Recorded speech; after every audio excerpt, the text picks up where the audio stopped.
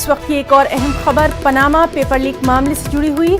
ED यानी enforcement directorate ने अदाकारा ऐश्वर्या राय के नाम सम्मन जारी किया है। ऐश्वर्या राय आज ईडी के सामने हाजिर नहीं होंगी।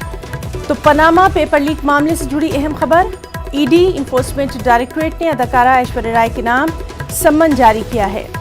आपको बता दें कि ऐश्वर्या राय आज ईडी के सामने हाजिर नहीं होंगी।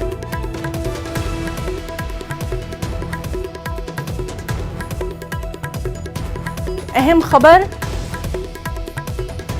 पनामा पेपर लीक मामले से जुड़ी हुई, जिसमें ईडी ने अदाकारा ऐश्वर्या राय के नाम सम्मन जारी किया है। हालांकि खबर यह भी है कि ऐश्वर्या राय आज ईडी के सामने हाजिर नहीं होंगी।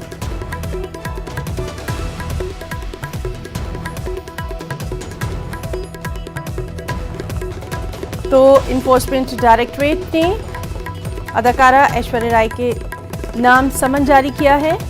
पनामा पेपर लीक मामले में यह सम्मन जारी किया गया है।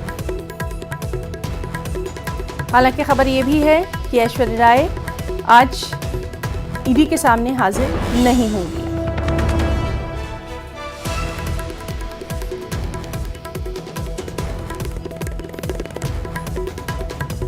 इन्फोर्समेंट डायरेक्टरेट ने ऐश्वर्या राय के नाम सम्मन जारी किया है। पनामा पेपर लीक मामले में यह सम्मन जारी किया गया है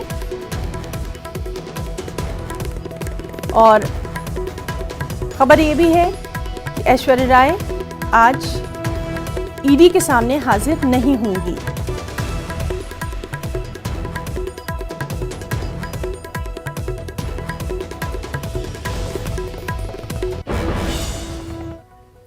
जम्मू कश्मीर में